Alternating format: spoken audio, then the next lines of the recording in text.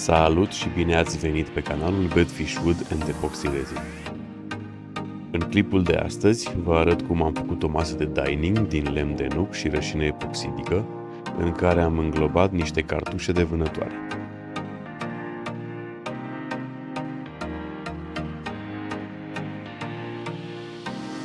Ca de obicei, prima dată aleg cu atenție lemnul, forma acestuia și felul în care să fie așezat în cofrag pentru a obține un rezultat cât mai special, încadrându-mă în același timp în dimensiunile dorite.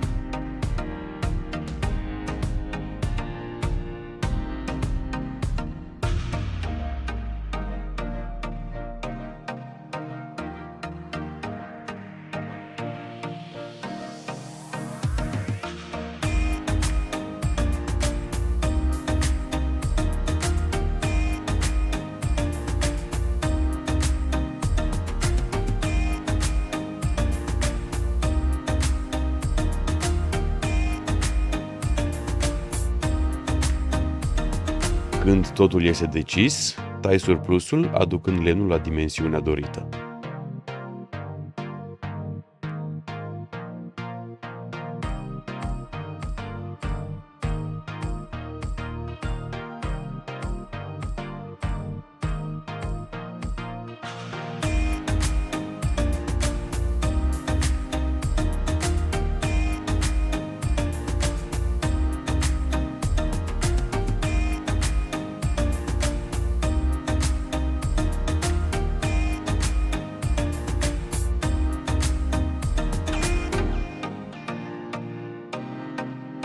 Odată ce lemnul este la dimensiunea exactă, curăț marginile lemnului de restul de coajă, care a rămas după îndepărtarea acesteia.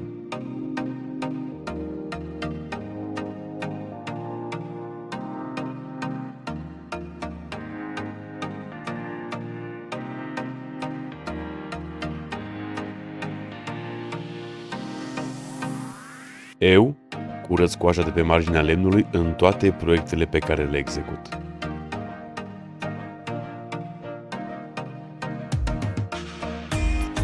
Până acum nu am arătat niciodată în detaliu cum fac cofragul în care apoi așez lemnul și torn rășina. Și m-am gândit că poate fi un lucru interesant chiar și acesta. După ce am tăiat la dimensiunea dorită paul melaminat din care o să fac cofragul, mă refer la fundul și marginile cofragului, le așez pe niște suporți de metal, unde verific și mă asigur că stă drept și le prind cu holșuruburi între ele.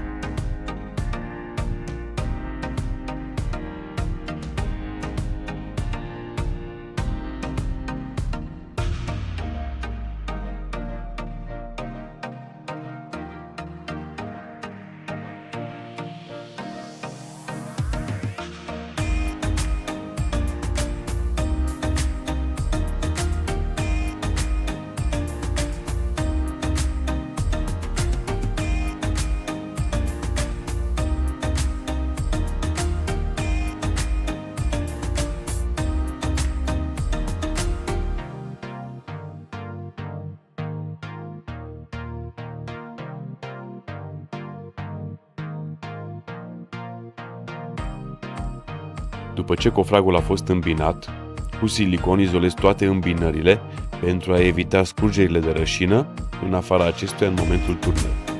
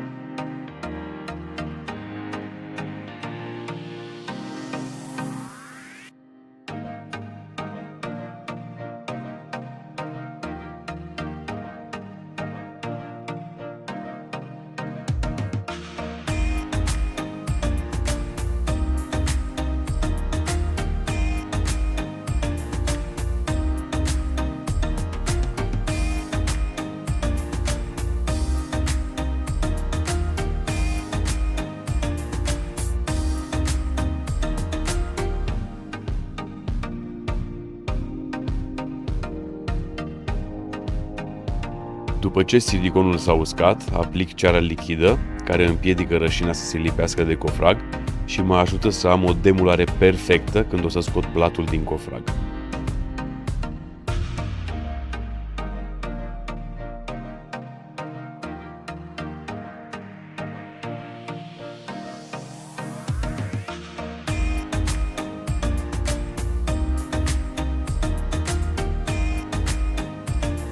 Când și ceara lichidă s-a uscat, așez lemnul în cofrag în poziția dorită.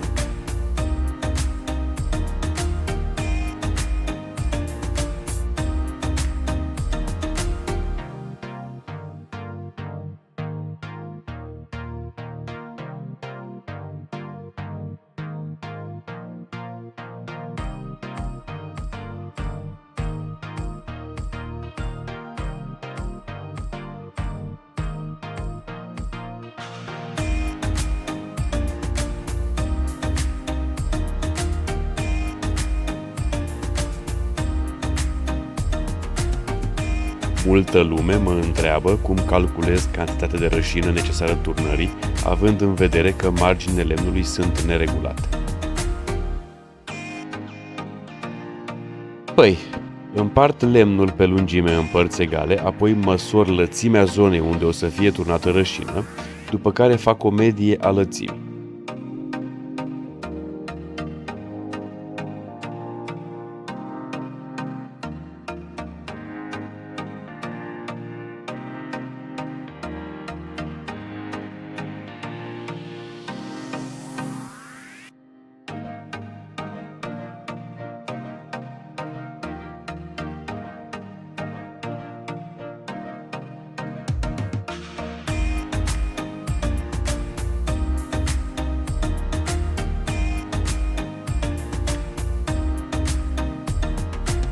Această medie a lățimii, împreună cu lungimea și grosimea lemnului, mă ajută să calculez simplu volumul pe care apoi îl transform în kilograme.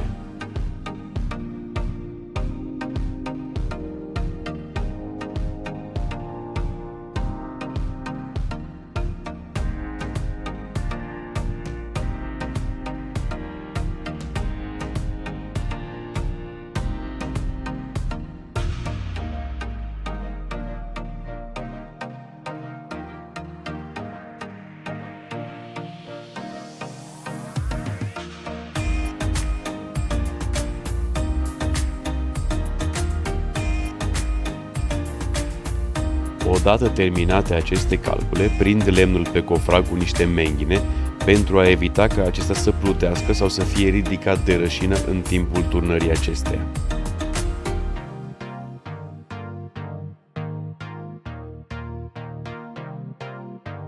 Curăț imperfecțiunile lemnului, găurile, crăpăturile, pentru a putea mai apoi să le sigilez în vederea turnării rășinii și umplerea acestora fără a avea bucăți de lemn sau alte impurități care ar strica frumusețea blatului.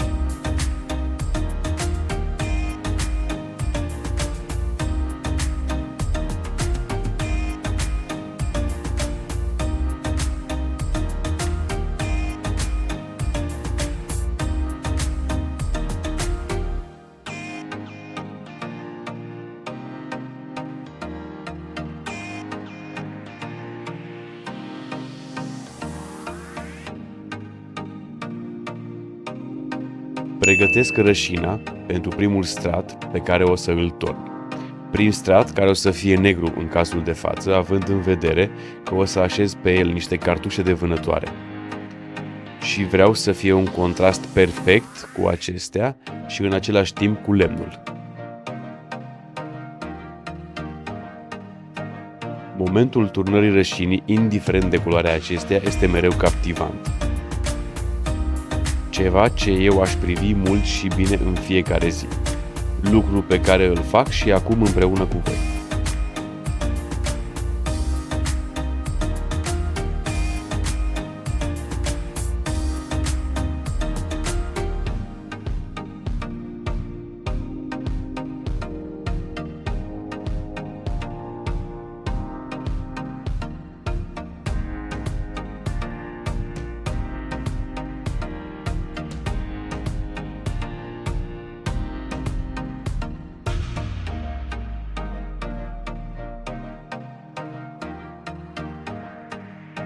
După ce stratul de bază s-a întărit, pregătesc rășina transparentă, care va fi turnată deasupra.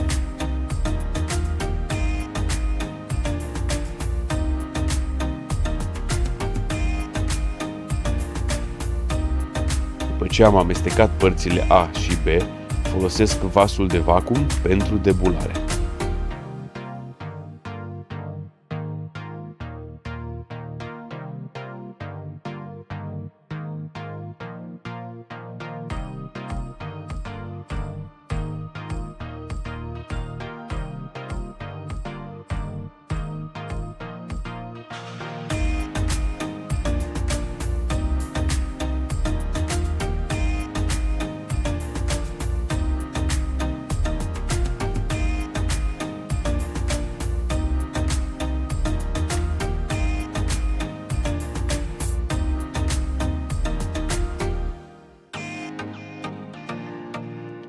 În timp ce acesta elimină toate bulele din rășină, după ce am zgâriat stratul de bază cu un șmirghel, așez cartușele la locul lor și pregătesc turnarea rășinii transparente.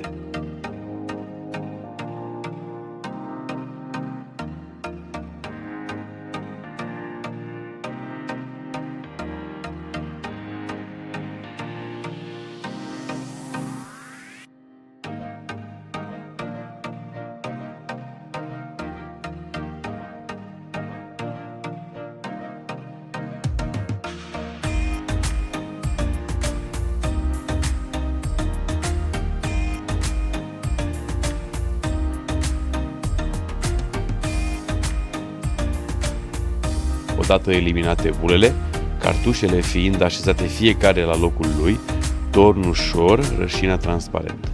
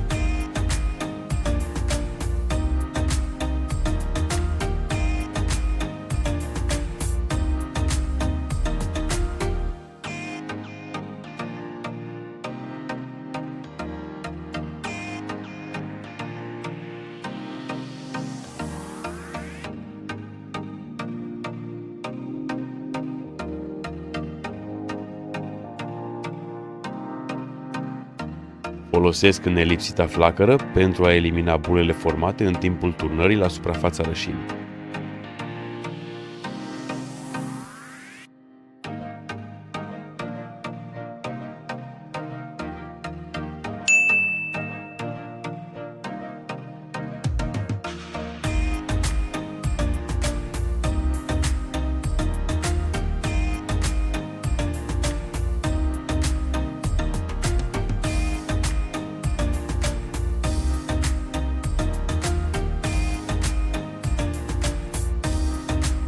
După câteva zile de la turnare, când rășina este întărită și maturată suficient, desfac cofragul pentru a scoate blatul.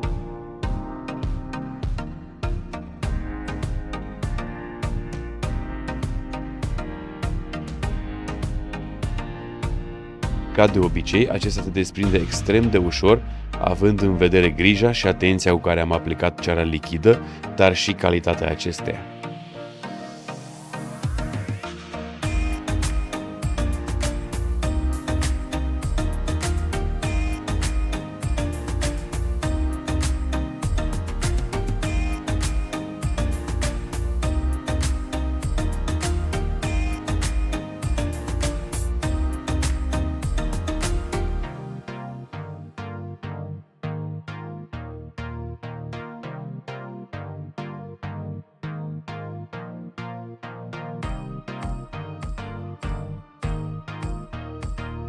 După ce blatul a fost planat, încep șlefuirea acestuia, cu șlefuitorul cu bandă în primă fază pentru a elimina toate urmele lăsate de freza de planare pe suprafața lemnului.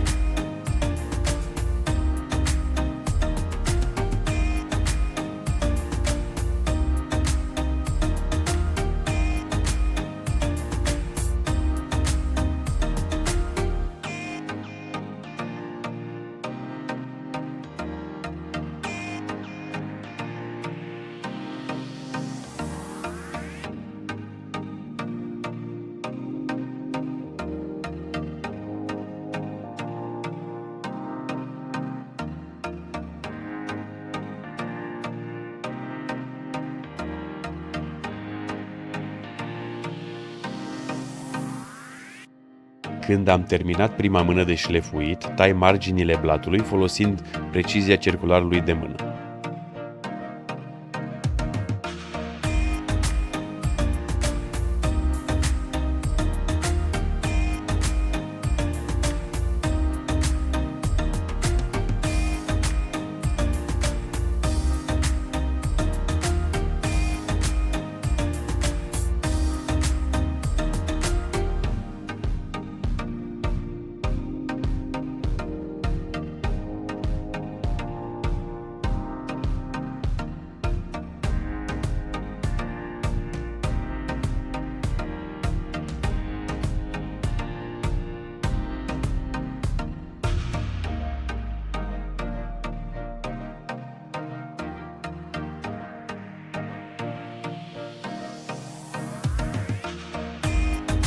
Când marginile sunt tăiate perfect la dimensiune, folosesc freza mică de mână pentru a rotunji marginile blatului.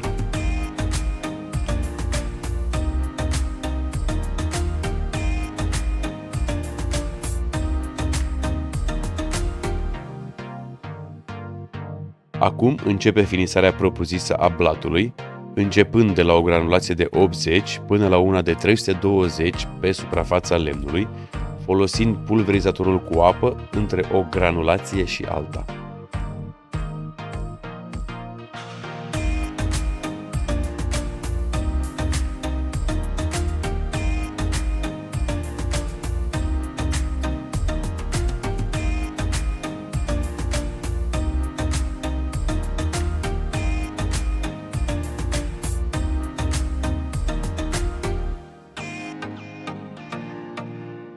Undeva după granulația de 120, mă uit cu atenție și rectific ultimele imperfecțiuni sau micile găurele rămase în urma turnării.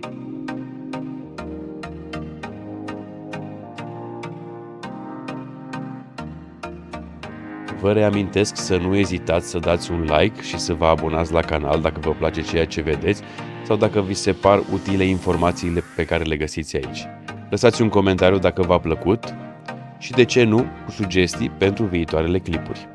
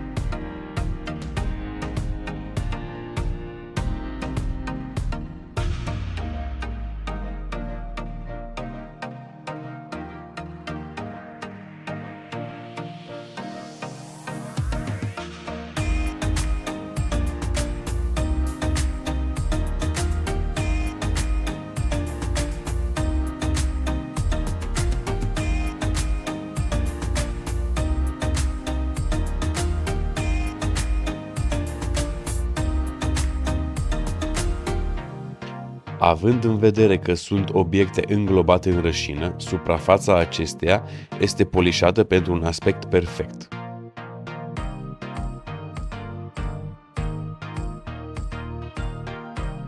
Felul în care o fac îl vedeți sau l-ați văzut în clipul precedent postat pe canal al Măsuței Rotunde. pe care, dacă nu l-ați văzut, vă invit să îl vedeți, fiind de asemenea foarte interesant și plin de informații utile.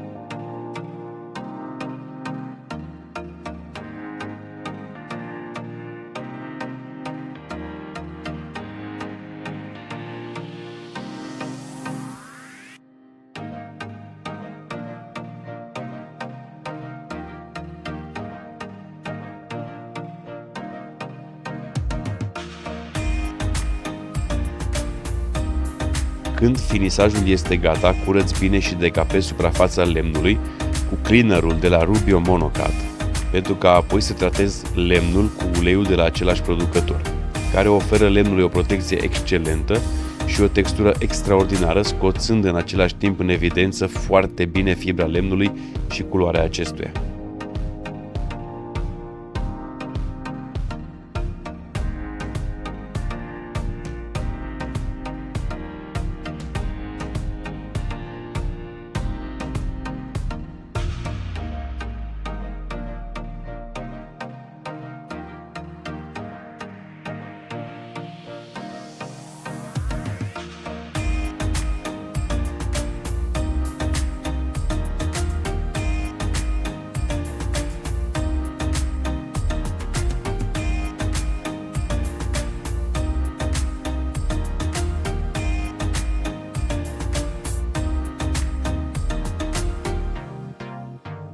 Aplicarea este foarte simplă, după cum vedeți. Întind uleiul cu o racletă, apoi cu un burete ajut uleiul să ajungă cât mai repede peste tot, după care aștept undeva la 30 de minute pentru a șterge surplusul de ulei, lăsând blatul perfect.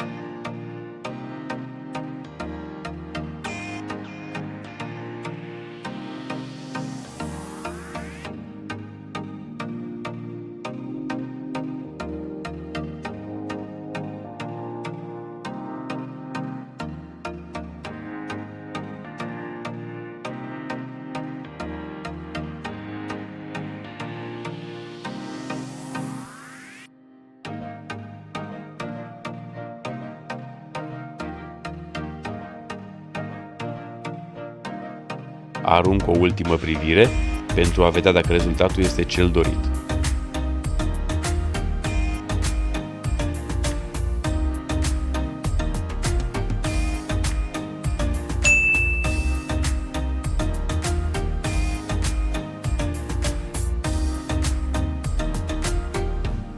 Vă las acum să priviți rezultatul final, care vorbește de la sine.